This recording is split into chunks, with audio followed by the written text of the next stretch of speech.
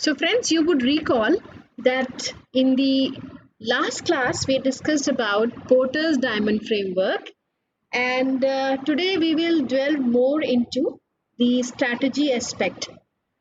If you recall, we discussed about the EPRG framework earlier on, which again was a form of strategic intent followed by strategic management. But we shall go into further details today. So I will share the presentation now, as you can probably see. Let me just share the presentation.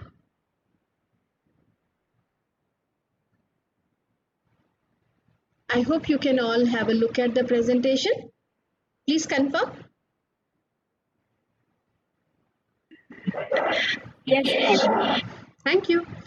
So you can see here that when we talk about strategy, it is about making choices.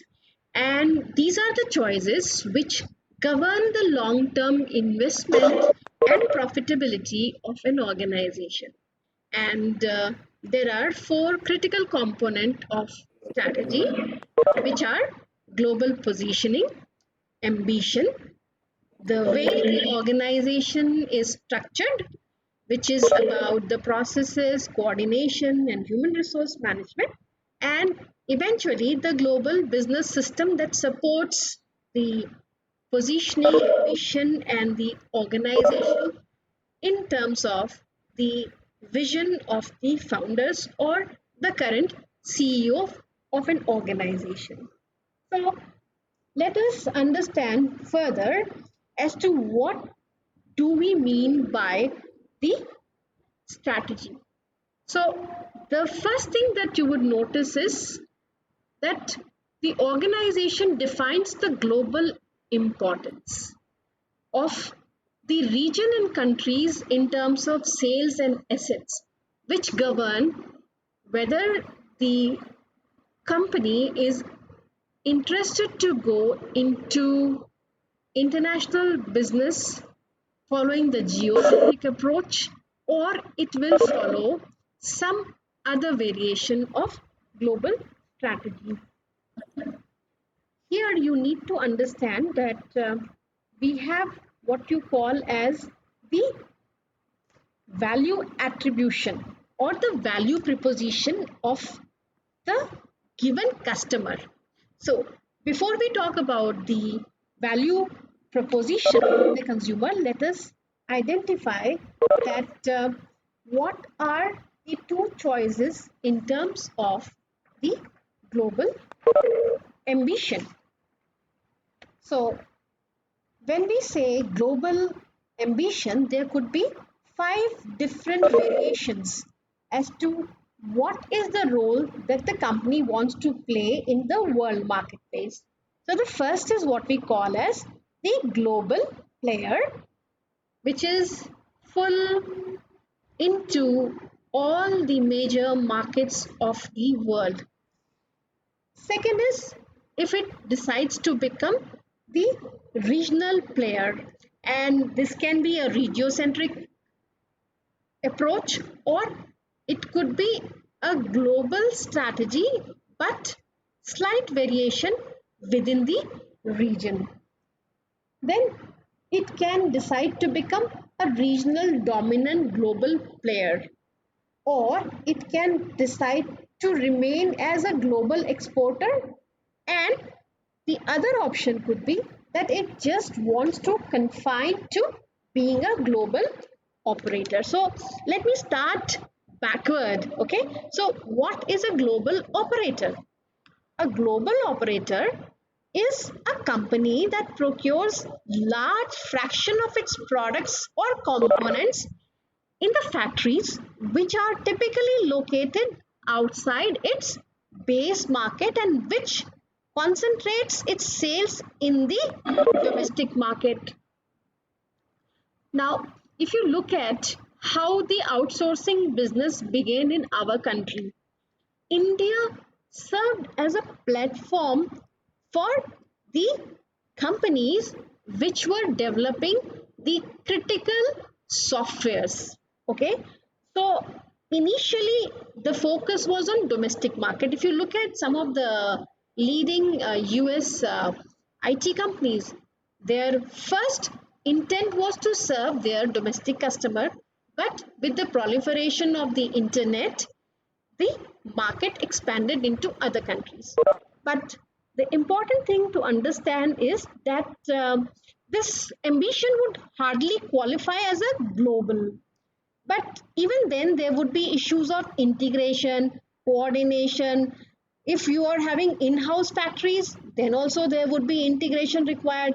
Or if there is a long term subcontracting to Indian firms, then there also they would have to face the challenge of integration. So, this is what we call as the strategy of being global operator, which is the global ambition is limited to consolidating the home base, but in the process they may outsource the manufacturing or the service operations to some of the other countries where they believe there is a cost advantage or some or the other form of competitive advantage. Now let's talk about the second ambition, which is being a global exporter. What is a global exporter? A global exporter is a company whose role is to sell across the key markets of the world products which are manufactured or service which are operated in the home country, and who build foreign operations only to support the export drive. Recall the ethnocentric orientation, where the company believes that its value proposition, its value attributes, its strategy in terms of marketing, supply chain are the best, and they can be extended to the new export market that it decides to pursue. Some of the major aerospace or defense companies like Boeing, Airbus, they are classified in this category, although they have some supporting asset in the form of maintenance, sales office outside of their home region. So most of the defense sector companies would follow this approach. Now we move to the third option, which is the regional dominant global player. And what is a regional dominant global player? A company whose role is more than a regional player, but it is not selling across the key markets of the world. And then the next choice is to be a regional player. A regional player is defined in terms of its role to capture a strong competitive advantage in one of the key markets or rather region of the world, say North America, Europe or Asia. If you recall in the previous class, I discussed about the triad market, how in 60s and 70s triad market was the key. Triad market means North America, Canada included, and Europe, and of course Japan. So let's talk about some of the older players that we had in India. Fiat, okay, um, is one of the example of such an ambition as compared to the other ones like Toyota, GM, and Ford, which were into the category of what you call as the global player. So this is the full structure MNC. So again, let us define what is a global player. A global player is a company whose ambition is to be a global player, and it wants to establish sustainable competitive position in the key markets of the world and build an integrated business system of design and other aspects of manufacturing and marketing spread over these key markets. In the older time, Sony was one such market. One such company, of course, you have Unilever, Ericsson, Nokia, Alcatel, Motorola, Shell, Xerox, Canon, P&G, Citibank. All of these are the global players as we know them. So I hope you have been able to understand what is the meaning of global ambition. So defining as to what is our extent of involvement into key markets.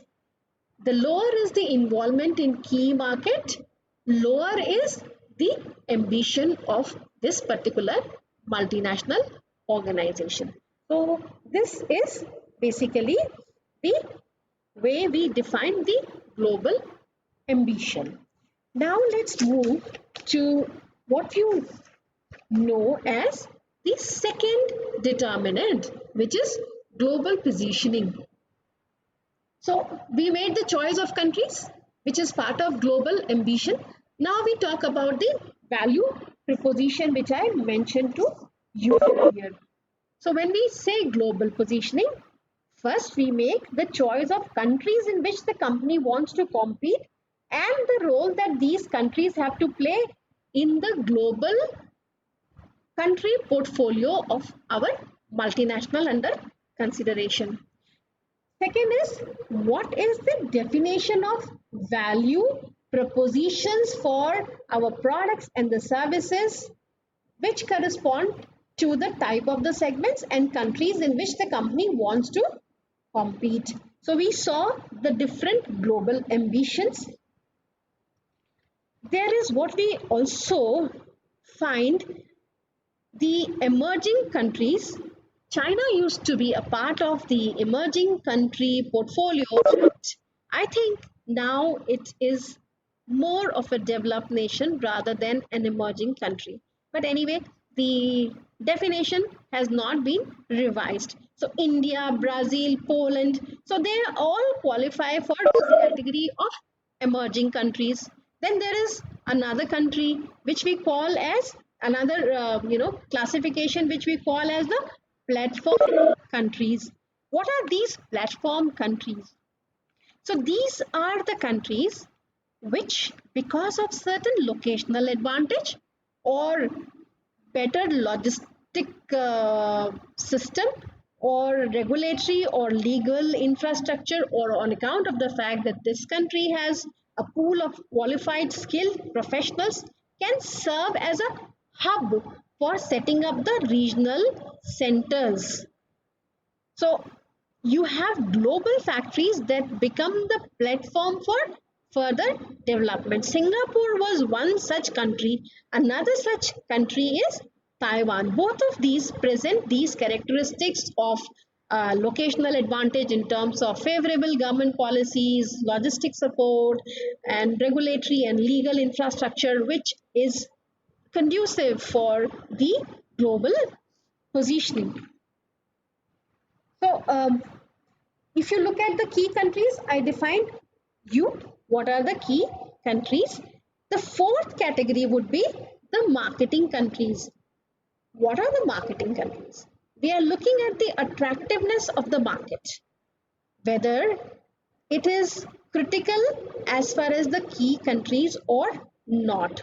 So the type of presence in such countries should be assessed on its own merit, depending on the political, economic, and the business context. Then you have sourcing countries, countries with a strong resource base but limited market prospects, and these are classified as sourcing countries. To give you an example, Malaysia for rubber or Saudi Arabia for petroleum. So the market prospect for petroleum product in the Arab continent itself may not be huge, but the fact that it supplies to the global petroleum need is itself a testimony to the fact that it is a key sourcing country.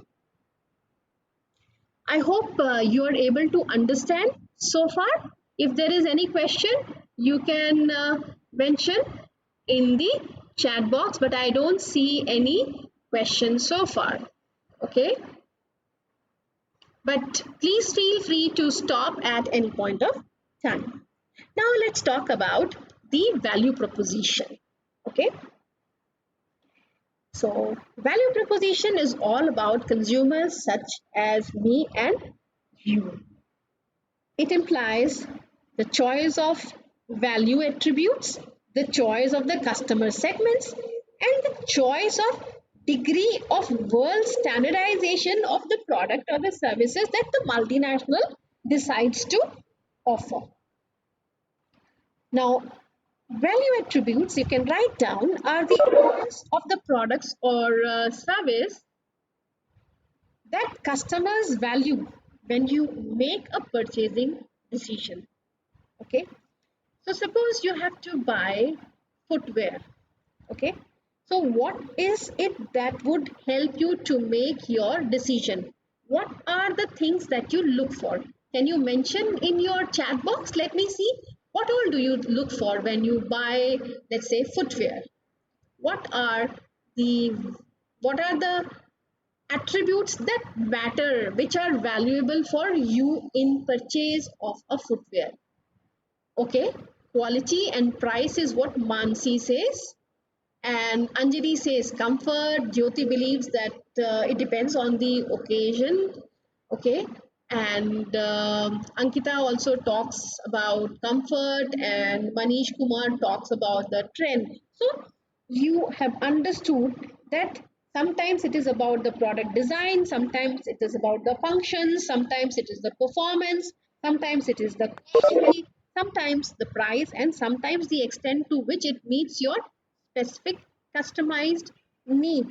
Okay, so the set of these attributes for a particular group of consumers and a particular product or service is what we define as the consumer's value curve. Professor Michael Porter, whose diamond framework we discussed in the previous class, if you recall, um, also talks about the competitive strategy. Okay, and he says that basically there are two types of value attributes leading to two types of competitive strategy. So the first is a proposition based on value enhancing attributes such as what you defined just now: performance, quality, service, customization. And this value attribute is what he calls as differentiation.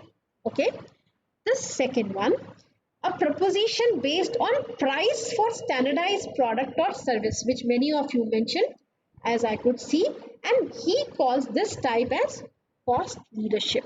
So these are the two major prepositions, but he also talks about focus. So focus means looking and identifying some niche requirements of the consumer and being a dominant player to serve that niche market requirement. Okay, so therefore there are basically three strategies which he talks about: cost leadership, differentiation, and focus. So basically, when you talk about focus, again, you are trying to play with these two strategies of differentiation or cost leadership. So this is regarding the value proposition part 1, which is value attributes. Now we move to the second one, which is the choice of the customer segments. Customer segments are the groups of customers that have similar value curve. So we saw some of the things that we are looking in footwear. So all the people who have similar value attributes that they focus on form part of a similar value curve. Okay, but these customers group can be identified further by income level or geographical location, age, or socio-psychometric attributes, or by industry, or by purchasing behavior in the case of business to business industries. So the strategic choice at this level will be to decide whether the company concentrates its segmentation on one or two customer groups, a positioning that Michael Porter classifies as focused, or whether it attempts to embrace many or all customer segments, a positioning which also is known as the broad positioning. Then we move to the third component of the value proposition, which is the choice of the degree to which a company is interested in global strategy, which is about standardization, versus adaptive, which is about polycentric or regiocentric preposition to the same type of customer segments across the globe. And this approach, if you're looking at standardized value attributes to same type of customer segments across the globe, this is called as the standard approach. But if one tries to differentiate value attributes and segments according to country or region, this approach qualifies as adaptive.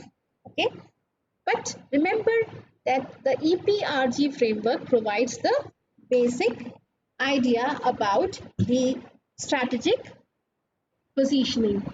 So I would once again confirm we have covered EPRG framework in the previous class, because we are dealing with two sections. So sometimes it may so happen that I may keep, lose track. So please confirm.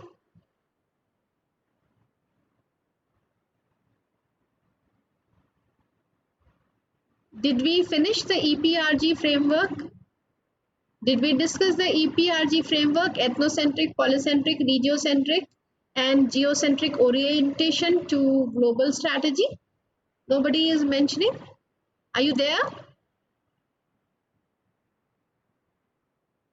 Muskan, what do you think? We have not discussed? Okay. No, ma'am. Okay. Okay, let me finish this one and then I will go back to the EPRG framework. Maybe you will understand it better because we have moved ahead and then we go back. But I think you will not have a problem even if we have not discussed the EPRG framework so far. I now recall we only could cover the diamond framework in the previous class. Okay.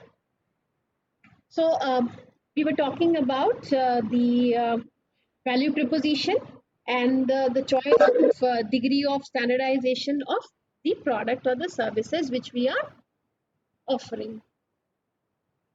Okay, so we saw that we have companies such as Coca-Cola, Swatch, or Sony, which offers a standard value proposition across the globe, and they serve the similar segments.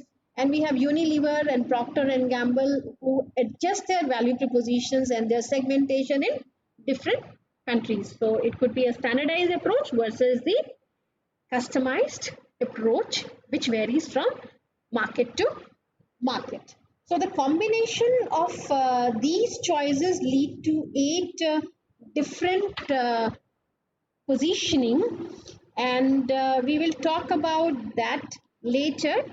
Okay, or maybe you can just note. Okay, so if you are talking about a standardized approach, then you will have, please write down. Okay, it is not covered in the presentation, so you may just write down the 8 different strategies. Standard differentiation, standard differentiated. Number 1 is standard differentiated. Number 2 is standard cost leader. Number 3 is adaptive differentiated. Number 4 is adaptive cost leader. Number 5 is standard differentiated global player. Standard differentiated global player.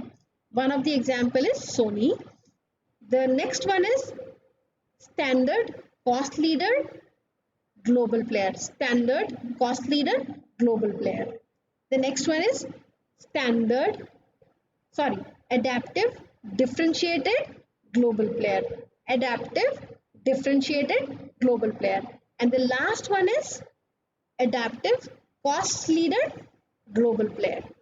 Okay, so these are some of the strategies which come out on account of the combination of our choice of value attributes, choice of customer segment, and the extent to which we follow standardization versus the national responsiveness or customization approach. I am not very sure whether you have already studied about the competitive advantage and the capabilities leading to competitive advantage. So that also we will uh, discuss, but later. And we move to EPRG framework before I move to the structure and the overall business system. So let me see.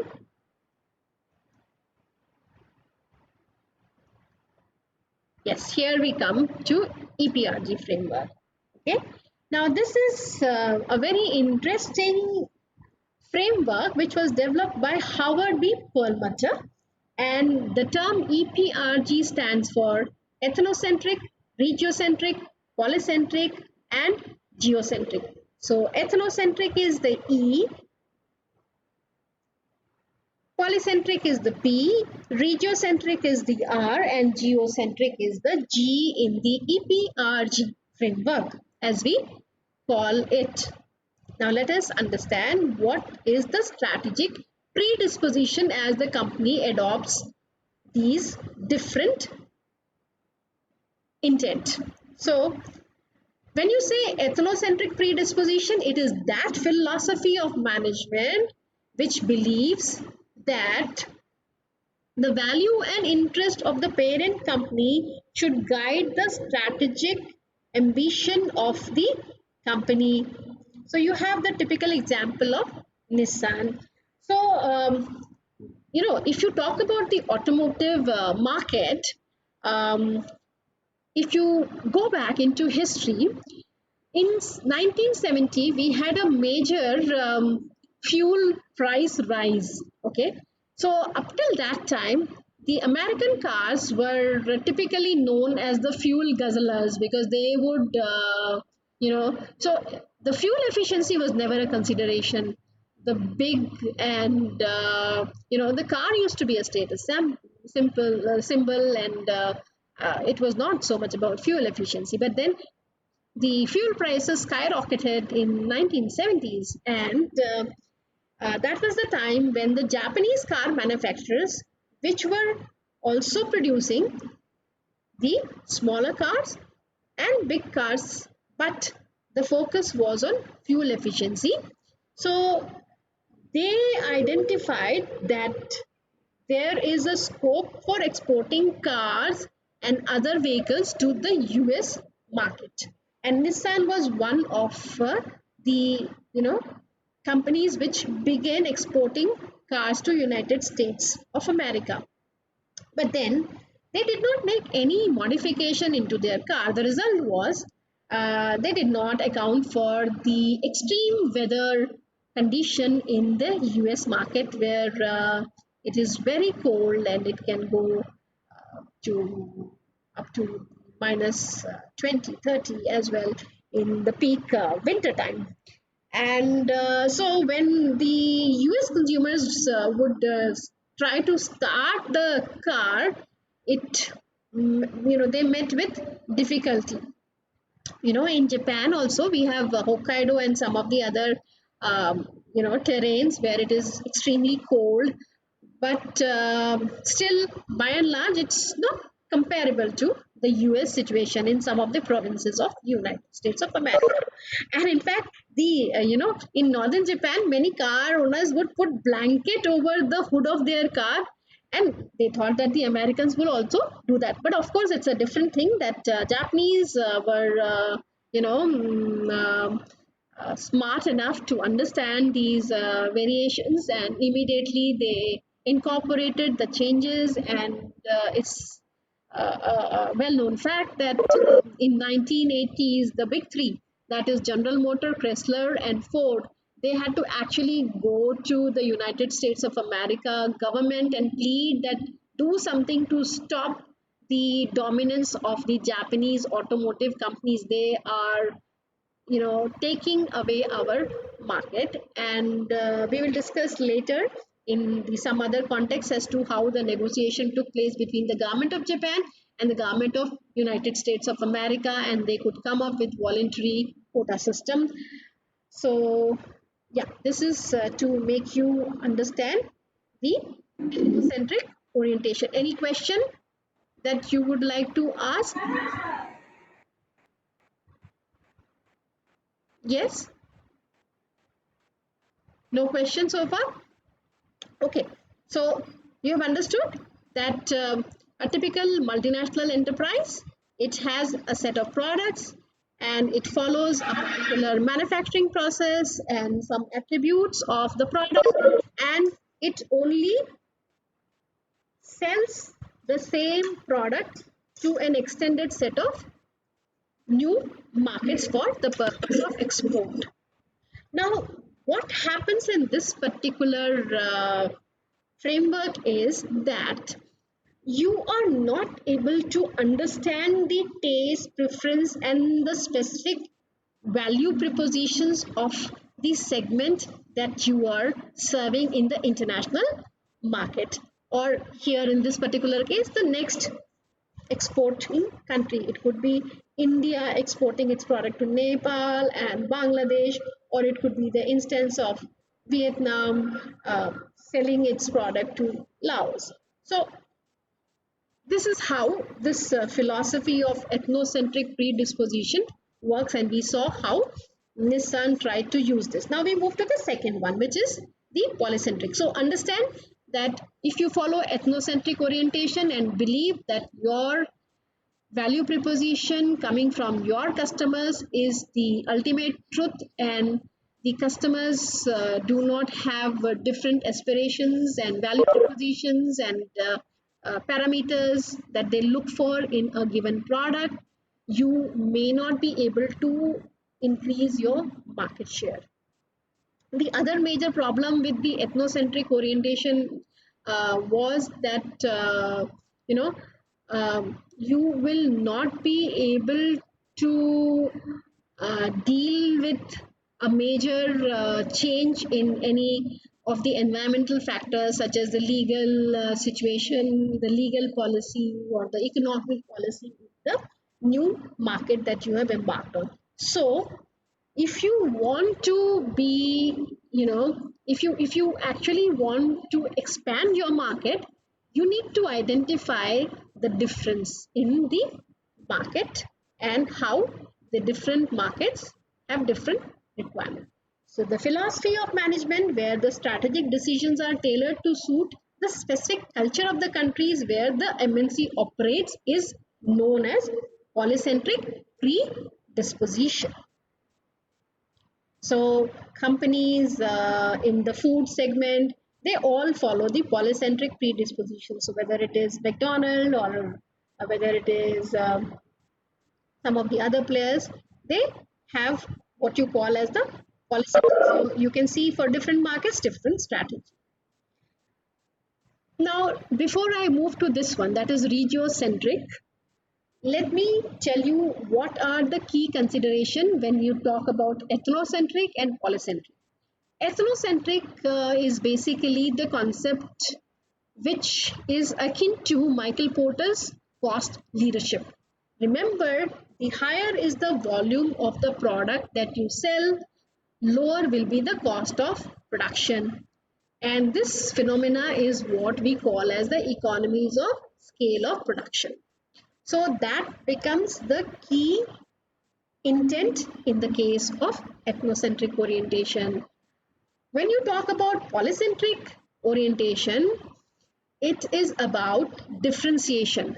Michael Porter's differentiation strategy, where you identify the unique needs, preferences, and attribute combination of the consumers and you serve them accordingly. So here you are actually addressing to the local responsiveness or the legitimacy of the consumers concerns.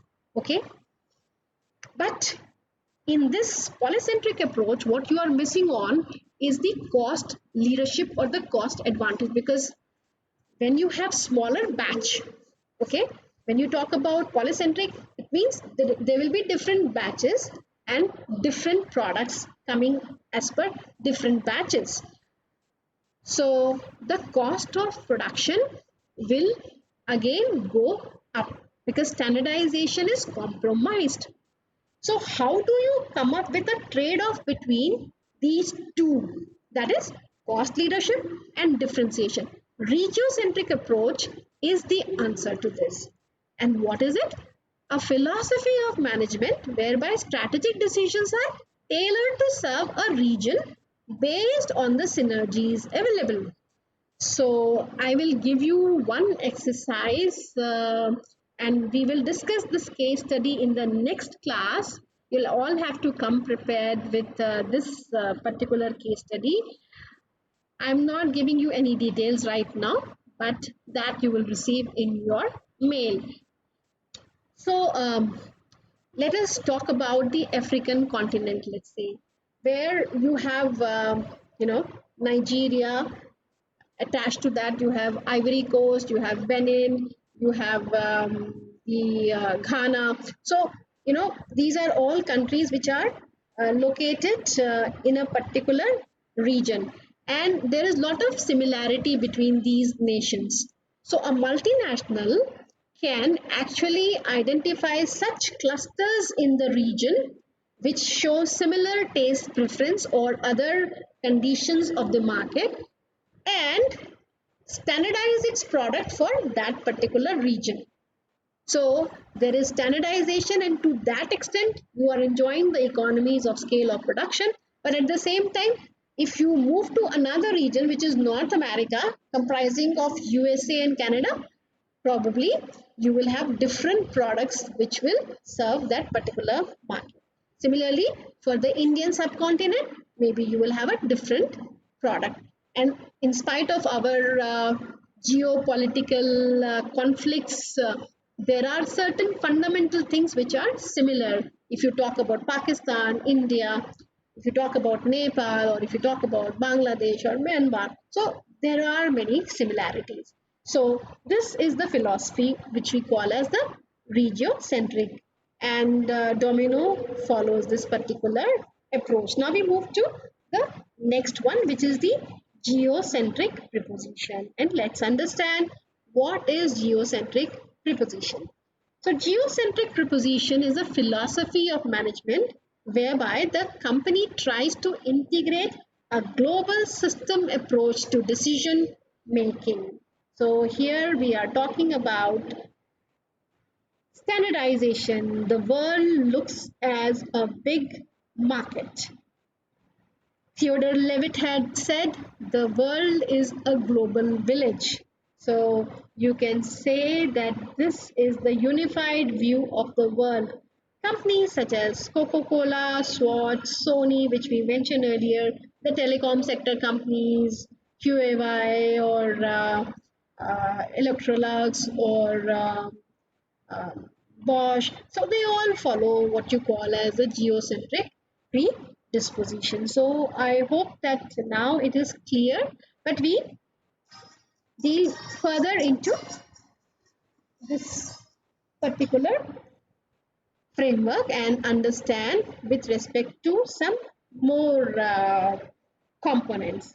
So if you look at the mission, okay. By the way, can anyone tell me what do you understand by the term mission? I can just have a look at your chat and some, or otherwise you can unmute yourself and tell me what do you understand by a mission? What is mission? Is there a difference between vision and mission? Can anybody throw any light on that? Anyone? Aishwarya is joining the meeting. So Aishwarya, do you have any idea? What do you understand by mission?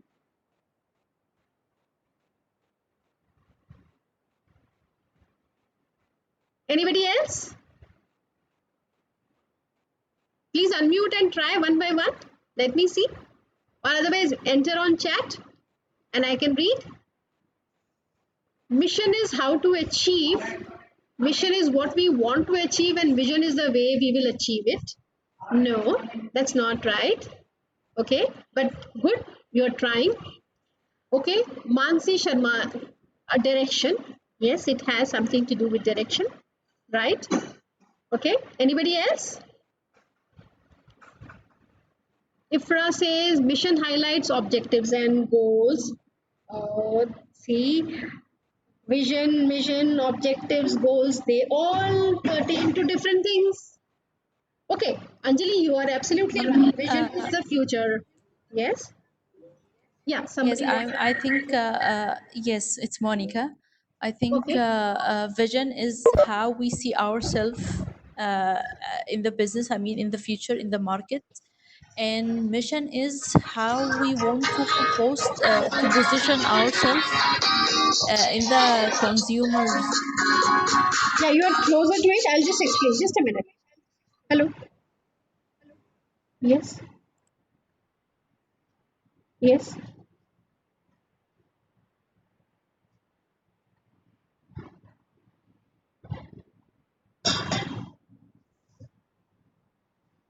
Okay. I'm actually having an online class right now. Can you call me after one? Huh? Call me around 1:30 or yeah. Yeah. Okay. Okay. Yeah. So, Monica, you are from which country? Egypt. Okay. Okay. Okay. So that's part of the African continent. Yes, ma'am. Okay, so please be whenever Although I am rather conscious and I don't speak Hindi words, but whenever I use Hindi sentences or words, please caution me. Okay, because No, no, it's okay, ma'am. It's okay, ma'am. मैं हिंदी समझ आया, so it's okay. oh really? How long have you been here in India? Yes, 1 year. 1 year. Oh, and in 1 year you are able to understand Hindi. That's No, ma'am. I was incredible and studying praiseworthy. Hindi. Praiseworthy. Praiseworthy. I was I was studying Hindi before coming. Okay, good, good. Yeah, so Yeah. this is our first Um. interaction. So I welcome you to our country and hope you Thank you, have ma'am. a fruitful stay here and happy learning. Thank you. Thank you. So, Monica, can you come up again? Yes, I was saying the difference between vision and mission. Yes. Vision is how we see ourselves. I mean, Mhm. as a firm or as an organization, how what exactly what we want from the business, our business, how we see our place in the Okay. market, Okay. and the mission is how we are positioning our firm in the market and in the to the consumer. Yeah. So to some extent, you are able to understand the basic difference between Okay, vision thank you. and mission is, see, vision is actually the aspiration dream that the founders or the CEO of a multinational has about the company for it to evolve in future.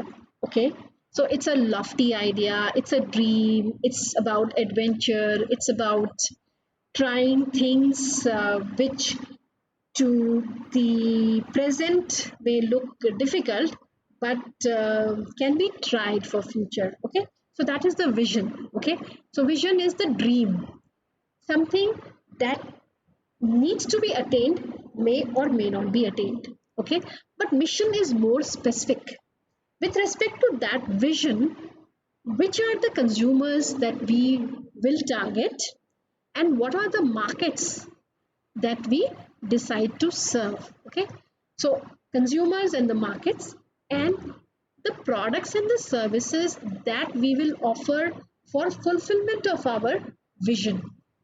This is what we call as the mission. Okay, so vision is more of an abstract idea of what the firm will look in future, and mission is about the choice of the product and the choice of the customers that it will take to fulfill its vision.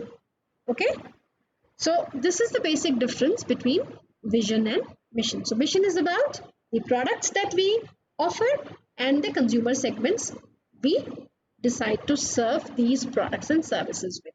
Okay, so if you look at the mission in case of ethnocentric orientation, a multinational company which believes that home country strategy is superior to any other predisposition that we can talk of, is looking at long-term profitability and viability of the products and the services it offers.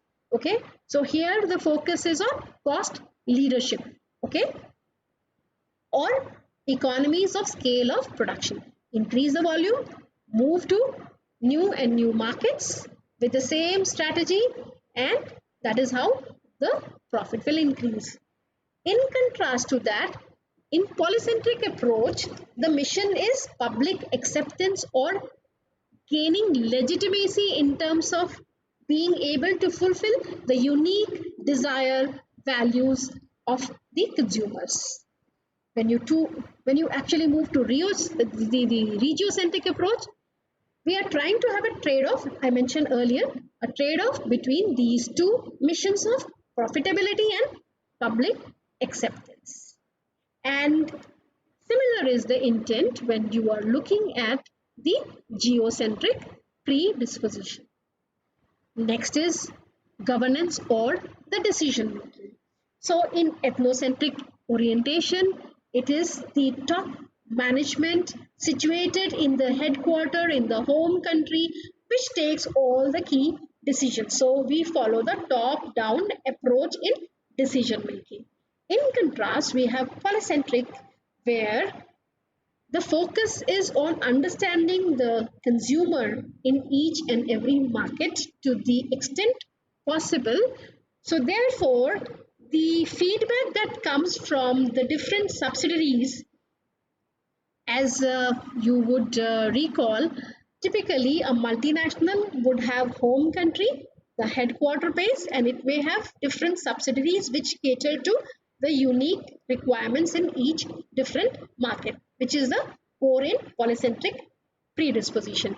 So each of the subsidiary and the key decision makers over there will give their feedback, and that becomes the legitimate strategy to be followed, approved by even the top management in the home country. So here it is the bottom up approach because the subsidiary players understand the market better and they in turn give feedback to headquarters. So this is the key difference. In case of regiocentric approach, it is actually mutually negotiated between region and its subsidiaries. So let's again talk about a specific region. Okay, so within the region there are three different countries. To again give an example, we have let's say India, Pakistan, and Nepal. So let's say there is a subsidiary. There are three subsidiaries of PepsiCo operating in these three, countries. So each will have something new to offer. The management in each of these ventures subsidiaries will have something new to offer. But then the focus is on identification of the similarity. So they will negotiate within the region and come up with the best proposition. Okay, and if you talk about geocentric orientation, they negotiate at all levels of the corporation, and finally it is through the coordination and integration. These are the key considerations, and they negotiate and come up with a strategy which is the win-win situation across all markets. Okay, so when you talk about strategy in ethnocentric, we are looking at global integration. When you talk about polycentric, we are looking at national responsiveness, being responsive to the national aspirations. When you are looking at regiocentric approach, we try to have a trade-off of regional integration and national responsiveness, and similar thing happens at the global level in the geocentric orientation. Coming up to the structure, typically in ethnocentric predisposition based organization, they have the hierarchical product division, whereas in the case of polycentric approach, there will be autonomous national units. There will be a hierarchy in terms of the different products that are being offered, but the subsidiary is having a lot of autonomy in terms of decision making, which is reflected in the structure. Uh, Here in regiocentric, I mean, let us recall what you studied in your first semester in MPOB. Okay, you remember Henry Stall and his 14 principles of management? Can anyone try writing some of the principles? Let me see how many of these you recall. You can mention on chat or otherwise you can tell me. Let us see how many of these you recall. The Fayol's principles of management, which you studied in MPOB in the first semester.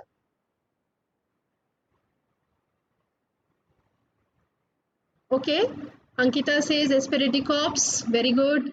Equity, Bhavya, scalar chain. Equity, decentralization, yes. Unity of command, not unity of work. Decentralization, Archit says unity of command, yes. Good. Do you recall the scalar chain principle? Okay, nobody has mentioned that. So recall these two, scalar chain principle and unity of command, which means that if I am an employee in the organization, I need to be directed by one person. Okay, otherwise, if I am getting simultaneous directions from many levels in the organization, then I may lose track of the purpose.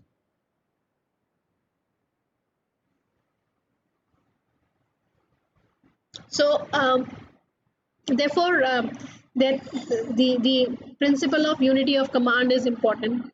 And scalar chain again, uh, we need to follow the hierarchy in a given chain. But in the case of regiocentric approach, when we follow a matrix organization, both of these are compromised. How they are compromised? See, typically what happens in a matrix organization. So suppose I have to launch a new product in this region. Monica is there, so let us talk about the African region. Okay. So if we have to introduce a new product in the African region, for the new product development, I'm directly responding to the product head in my headquarter. Okay, and when it comes to the supply chain for this particular new product to be launched, I am still responding to the marketing head. Okay, so I'm responding to marketing head, and at the same time also responding to the R&D head responsible for new product launch. So there is a compromise of the scalar chain principle as well as unity of command. But then this is how it has to work. So this is how you work as a link in the matrix organization. Okay, so these are compromised. So in the case of regiocentric approach, product and regional organizations are tied through a matrix. Okay, I hope it is clear and you don't have any issue with respect to this particular structure. And when you talk about geocentric predisposition, it is a network of organizations, and it will have different stakeholders, sometimes the consumer group, sometimes the what you call as the voluntary or organizations or NGOs as we popularly know them, and at times even the competitors. So this is how we talk about the mission, governance, strategy, and structure. But let me caution you, this is not yet the end of EPRG framework, and we'll also talk about some of the other aspects of the EPRG framework in the next slide. Okay, so it is 12:11. And before I move further, if there is any question, you can ask me the question. If I'm going too fast, you can let me know that I'm going too fast. Okay. So, any comments, any question?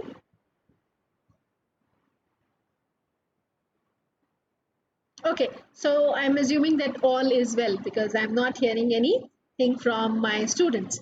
So let us move further into the EPRG framework. And now let's talk about the dominant culture. Okay, what do you mean by culture? Chalo, let me ask my students. What do you mean by culture? How do you define culture? What all is covered in the organizational culture or national culture? Can anyone try? Let me see how many of you respond.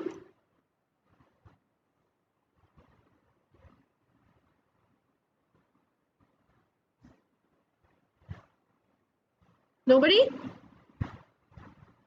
Nobody wants to answer this question? Ma'am, Yeah, yeah.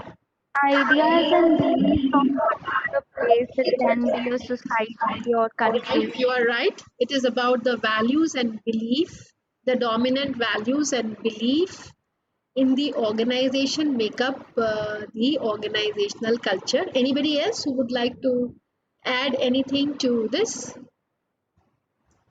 We'll talk about some of the dominant national culture. We'll use the Hofstede framework, and we will discuss about it in the next unit.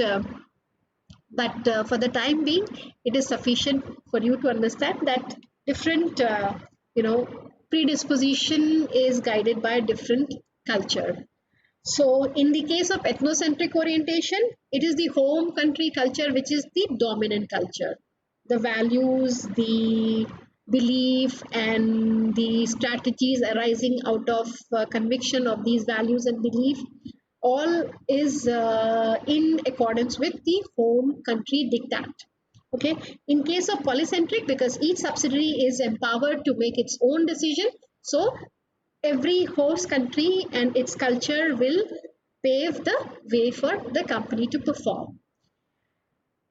In the case of regiocentric, the similarity across region in terms of the values and belief will be the focus. And in the case of geocentric, it is the global values and belief which guide decision making.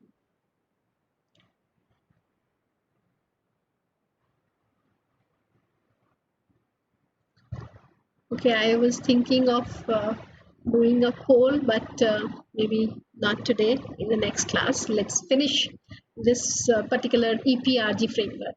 Okay, then we come to technology. So, cost leadership will only come if you follow mass production. Okay, so I hope you are able to recall the um, you know operations management classes. Okay, so mass production and batch production in the case of polycentric. Now we come to regiocentric and geocentric, and it talks about flexible manufacturing. I don't know whether you have heard the term mass customization. Now, flexible manufacturing and mass customization is the key strategy in terms of technology operations across the world.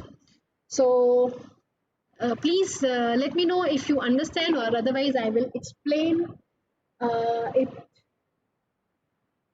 to you in greater details. Anybody?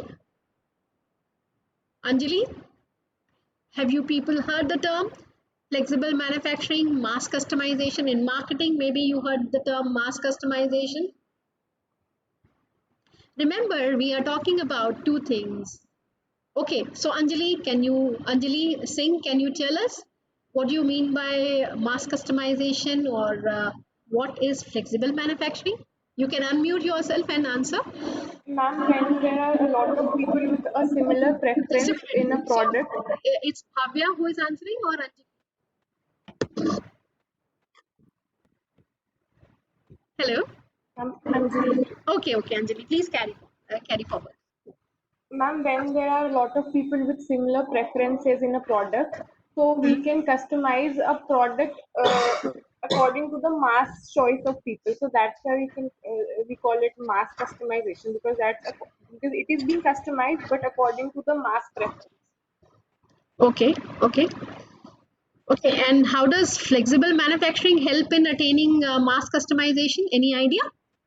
Ma'am, if we have flexible manufacturing, then we'll be able to change the manufacturing process or change the product in itself according to the different needs of people. So a larger section of people will actually want to have that product because their respective needs are getting fulfilled.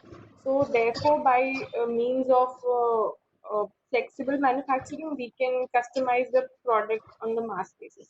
Okay, thank you, thank you. So you are quite close to it, but not completely. But yes, very good. So let us understand it further. And to make it simple, again, let's go back to the automotive sector. And you understand that in the automotive sector, you have the assembly line where there are different processes, process A, B, C, D. There are different processes. For example, let us understand process, let's say a process which we call as process C. Okay, so this process C is engine mounting. If you recall, if you read the news today, you would have seen that Toyota has come up with a new product with hybrid engine. So hybrid engine is the current demand, and you can have a proposition where a car is mounted with, you know, engine in such a way that you can use the biofuel as well as the conventional fuel, and the other option could be that it could be an electric vehicle, or the third option could be that you follow the traditional engine system of the typical petroleum products of petrol and diesel that will go into the car as the fuel. So, so let's say this process C is engine mounting, and you can have these three variations. So, car one, which enters the system, suppose it has the traditional engine, so it will go to sub assembly C1. The second car, which has to be fitted with a hybrid engine, will go to subassembly C2, and the third one will go to subassembly 3. Okay, and then when it comes to next process, which is process D, let's say it is about the paint shop. Okay, so all of them will again converge to paint shop. Okay, now again in the paint shop, different cars have to be painted with different colors. So again, let's say we define this process as process D. So one will go to D1, subassembly D1. The other one will is to be painted in uh, silver, will go to subassembly D2. The other one, which has to be painted in red, will go to subassembly D3. Another one into D4, and then again they converge back into the assembly line at the next stage, which is the process E. So here what is happening is that we are trying to economize with respect to the material that is to be used, in terms of you know the uh,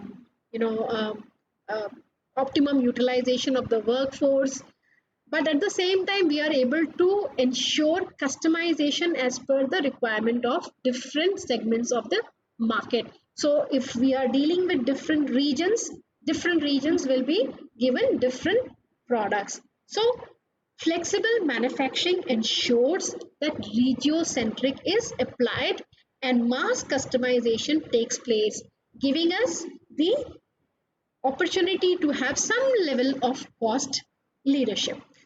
At the global level, again, this approach is being adopted by many of the companies now. Now let's talk about marketing. So the product is determined primarily based on the requirement in the home country, whereas in the case of polycentric approach, local product development, which is based on local needs. So therefore, we had uh, aloo tikki burger. What is the name of the burger? Mekalu aloo tikki, isn't it? Can somebody confirm if I am using the right word? Mekalu Tikki. Huh? What is the name? I haven't had McDonald food for quite some time, so I am forgetting. Yeah, what is the product? Yes, ma'am. Yes, ma'am, you are right. Mekalu Tikki burger. Yes. Yes, ma'am. Okay, okay. Yeah.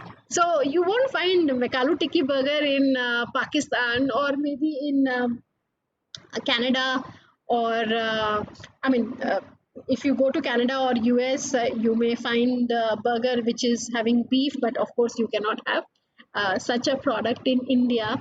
Of course, within India, we are such a big nation and we have such you know uh, diversity. So there are regions where people actually like to have beef-based products. So it's an individual choice, and let's not get into that debate.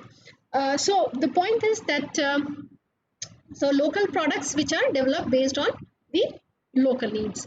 And if you talk about regiocentric approach, so the products are standardized within region, but not across the region. So one region of Indian subcontinent will have some set of food.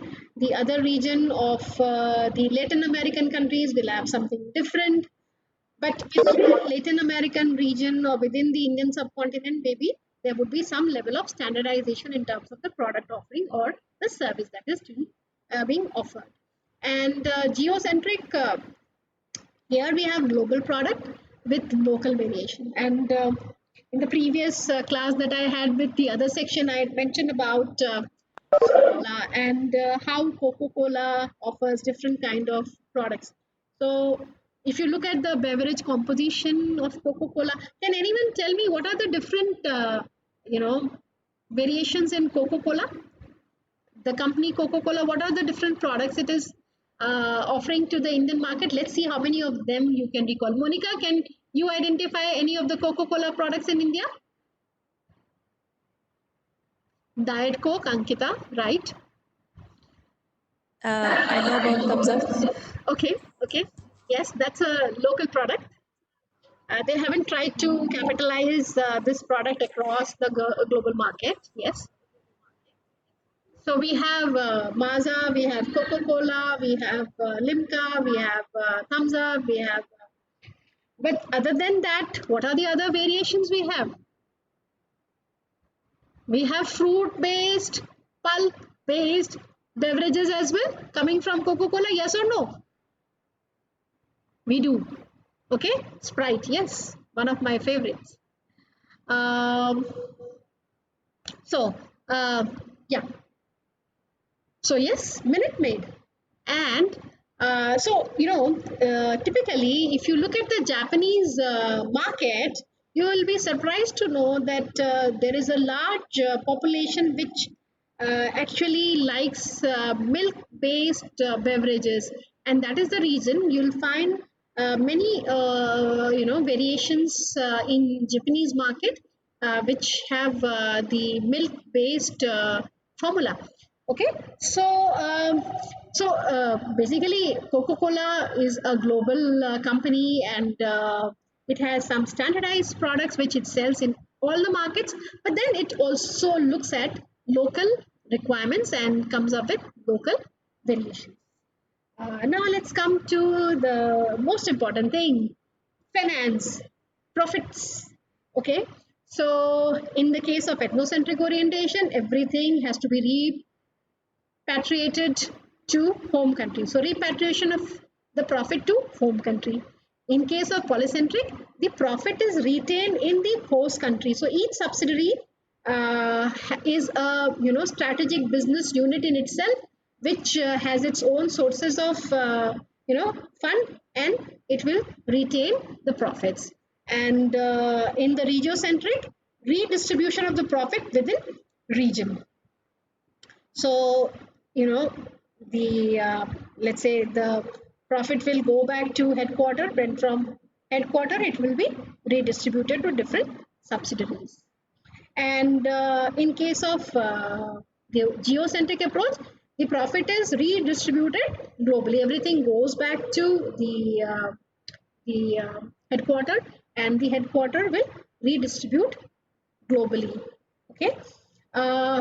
if you look at the HR policies or the personal policies, so you'll find that people of home country are developed for key positions everywhere in the case of companies following the ethnocentric orientation. And typically, even the South Korean companies, Samsung or LG, although they follow the regiocentric and geocentric approach in many contexts, but you will find that the key personnel who takes the crucial decisions in terms of which products to offer and what kind of marketing strategy to be used and where to do sourcing and all of these decisions are taken by the people who come from Korea. So that is how it uh, works. So, in case of polycentric orientation, people of local nationality are developed for key positions and they are involved in decision making. In case of regiocentric approach, within the region, you develop people, and these people can be shifted and transferred to any of the regional entity or the subsidiary. And in case of geocentric approach, you identify the talent across markets and you groom and develop them for succession. So best people everywhere in the world are developed for key positions and they can be sent to any of the subsidiary. And this is how most global companies operate. So far, if there are any questions, you can say no. And would you like me to go any further?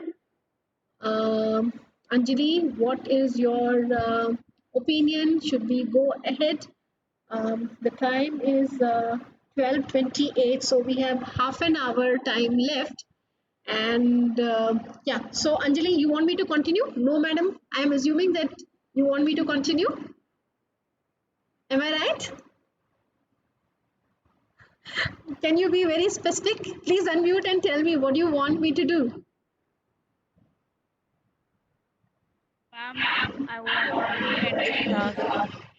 Oh, the class will not end, but the presentation will end and the recording will also